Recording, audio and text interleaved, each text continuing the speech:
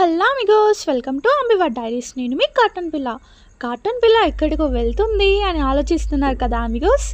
So actually నేను వెళ్ళబోయే place వచ్చేసి భద్రకాళి టెంపుల్ అన్నమాట. మన వరంగల్లో ఉన్న Bhadrakali temple. So polytechnic college side ఉంటుంది కదా, Bhadrakali polytechnic college side. So ఆ టెంపులే అన్నమాట. సో ఫైనల్లీ భద్రకాళి టెంపుల్ అయితే రీచ్ అయిపోయాం. సో ఇక్కడ చూడండి అమిగోస్, ఎంత పెద్ద ప్లేస్ తెలుసా. చాలా అంటే చాలా అమేజింగ్ ఉంటుంది. నాకైతే ఫుల్ ఇష్టం భద్రకాళి టెంపుల్. సో చూడండి, ఇక్కడ ఎంట్రన్స్లోనే శివపార్వతుల విగ్రహం ఉంది కదా వైట్ కలర్లో. సో మేమైతే ఇక్కడ ఫ్రూట్స్ తీసుకున్నాం అన్నమాట. ఫ్లవర్స్, ఫ్రూట్స్ అండ్ కొబ్బరికాయలన్నీ తీసుకొని వెళ్ళాం. ఫ్రూట్స్ ఎందుకు అని అనుకుంటున్నారు కదా. సో ఇక్కడ గోమాతలు ఉంటాయి అన్నమాట. సో గోమాతలకి ఫ్రూట్స్ అండ్ తర్వాత ఇక్కడ గ్రాస్ కూడా సేల్ చేస్తూ ఉంటారు. సో అవి పెడితే గోమాతలు తింటాయి అన్నమాట. సో అవి గోమాతలు తినడం వల్ల మనకి ఏమైనా దిష్టి ఉంటే పోతుందని ఒక నమ్మకం.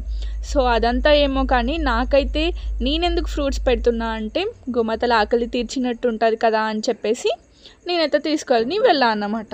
సో చూడండి, ఇక్కడ ఎంట్రన్స్లోనే స్టార్టింగ్లోనే గోమాతలు ఉంటాయి అన్నమాట. ఫస్ట్ మాతలని అంటే లైక్ గోపాలుడు కృష్ణుడు పాలించుతాడు కదా. సో అందుకని ఇక్కడ కృష్ణుడి విగ్రహం ఉంది అన్నమాట. గోకులంలో గోపాలుడు. సో అలా ఇక్కడ చూడండి, ఇక్కడ లెగ్స్ వాష్ చేసేసుకొని వెళ్ళాలి. ఫస్ట్ అయితే గోమాతల చుట్టూ ఒక ప్రదక్షిణ అట్లా చేసేసి అండ్ దెన్ వాటిని ముట్టుకొని ఇలా మొక్కేసుకొని అండ్ తర్వాత వాటికి ఫ్రూట్స్ పెట్టేసామన్నమాట. చూడండి, ఇటు సైడ్ చెరువు అంత వ్యూ ఉంది కదా. చాలా అంటే చాలా పెద్ద పెద్ద పెద్ద ప్లేస్. ఇక్కడ ఫుల్ పెద్ద ఉంటుంది ప్లేస్. సో ఇంకా ఇక్కడ అంకుల్ గ్రాస్ కూడా సేల్ చేస్తున్నాడు. సో ఇంకా మేము గ్రాస్ కూడా తీసుకున్నాము, వాటి పెట్టేసినాం. ఇంకా మా తమ్ముడు పెట్టేసింది వాటికి గ్రాస్. అండ్ తర్వాత ఫ్రూట్స్ అన్నీ పెట్టేసినాం.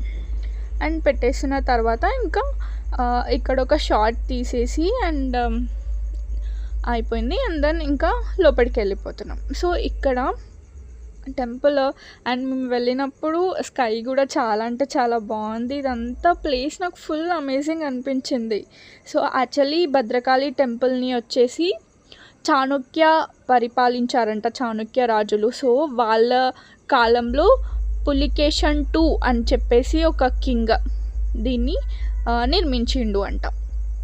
సో ఇక్కడ చూడండి ఎంత పెద్ద లైన్ ఉందో. ఇది ఫస్ట్ ఏంటంటే వినాయకుడిని దర్శనం చేసుకొని లోపలికి వెళ్దామని చెప్పేసి ఇక్కడ ఉన్నామన్నమాట. ఇది వినాయకుడిని దర్శనంకి లైన్ అన్నమాట. సో అయినా ఆదిదేవుడు వినాయకుడు కదా. సో వినాయకుడిని దర్శనం చేసుకోకుండా లోపలికి ఎలా వెళ్తాం చెప్పండి. సో అందుకని ఇక్కడ నిల్చున్నాం. అండ్ తర్వాత ఇతను చూడండి, ఆదిశంకరాచార్యులు. సో ఇతని విగ్రహం కూడా ఇక్కడ ఉంది, ఆదిశంకరాచార్యులది. మనకు ఒక మూవీ కూడా ఉంటుంది కదా. సో అతనే ఇతను అన్నమాట. సో ఫైనల్లీ మన లైన్ అయితే కొంచెం అలా కదులుతుంది.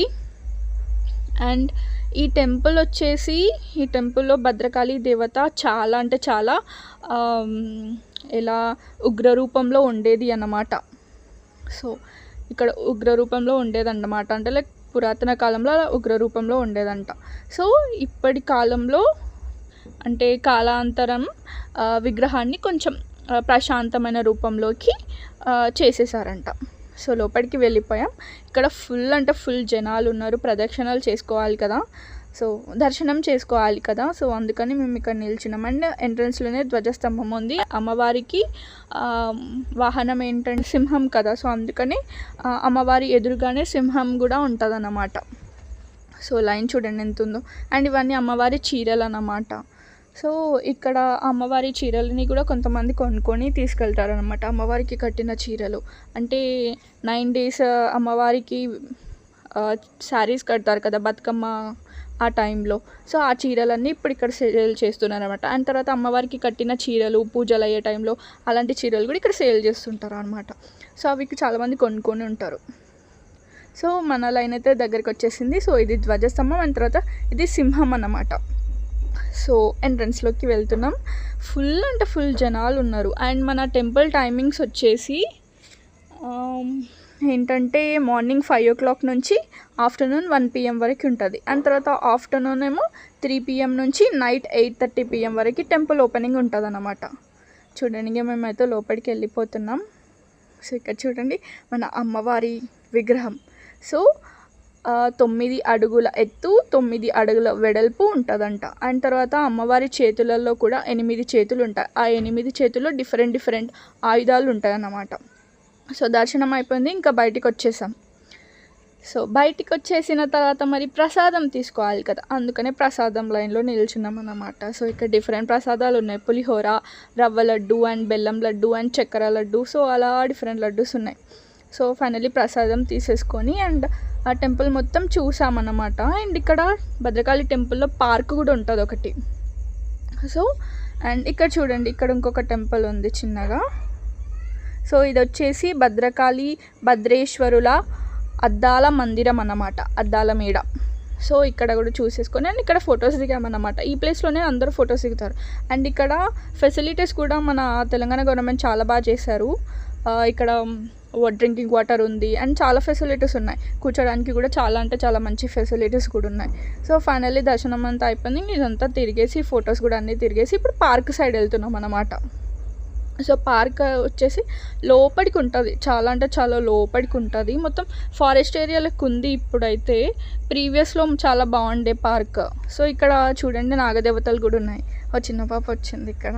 సో నాగదేవతలని కూడా దర్శనం చేసేసుకొని ఇంకా ఇక్కడ చెరువు ఉంది అన్నమాట, భద్రకాళి చెరువు.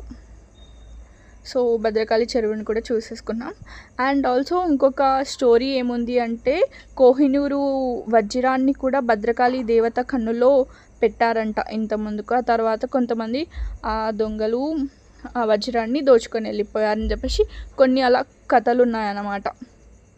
అండ్ భద్రకాళి దేవత కూడా చాలా అంటే చాలా ఉగ్ర రూపంలో ఉండేనంట ఇక్కడ. సో ఆ తర్వాత కొన్ని కాలాంతరం భద్రకాళి దేవత ప్రశాంతంగా ఉండేలా విగ్రహాన్ని తయారు చేశారంట. ఇదేంటి మొత్తం అడవిలకు ఉంది అనుకుంటున్నారా? ఏం లేదు అమిగోస్, ఇదే యాక్చువల్లీ పార్క్ అనమాట, భద్రకాళి పార్క్. సో ఇలా చిన్నగా ఉంటుంది అనమాట, కూర్చొని ప్రసాదాలు తినడానికి అలా ఉంటుంది. యాక్చువల్లీ ఇది మొత్తం అడవి లెక్క చేసేసారు ఇప్పుడు, అందుకనే మేము లోపలికి వెళ్ళాము ఇంకా. సో అక్కడ టెంపుల్ కూడా ఉంది ఒకటేమో దేవతా టెంపుల్ ఉంది. ఆ తర్వాత ఇంకా కొంచెం అలా ముందుకు వెళ్ళగానే అక్కడ శివుడి టెంపుల్ కూడా ఉంది. యాక్చువల్లీ భద్రకాళి దేవత ఉగ్రరూపం దాల్చడానికి కారణం మహిషాసురుని చంపడానికి కాళికాదేవిలా ఉంటుంది కదా. సో ఆ తర్వాత భద్రకాళి దేవత హస్బెండ్ అయితే శివుడే. సో ఇక్కడ శివుడి పూజ జరుగుతుంది, మేము లోపలికి వెళ్ళిపోయాము. ఇక పూజ జరుగుతుంటే ఇంకా అంతసేపు అక్కడే నేను నిల్చున్నాం.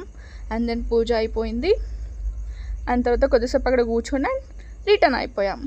యాక్చువల్లీ రిటర్న్ అవుతున్నప్పుడు ఏంటంటే, ఇంకా ఇంట్లో మనం బంతిపూలు కట్టుకుంటాం కదా తోరణంగా మన దర్వాజాకి. సో అందుకనే ఇంకా బంతిపూలు తీసుకున్నాం అన్నమాట. ఇది వరంగల్ చౌరస్తాలో, చాలా అంటే చాలా పెద్ద మార్కెట్లకు ఉంటుంది వరంగల్ చౌరస్తా. అయితే మొత్తం మారిపోయింది అసలు, చాలా డేస్ అవుతుంది అసలు ఇంటి నుంచి బయటికి రాక ఉండడం.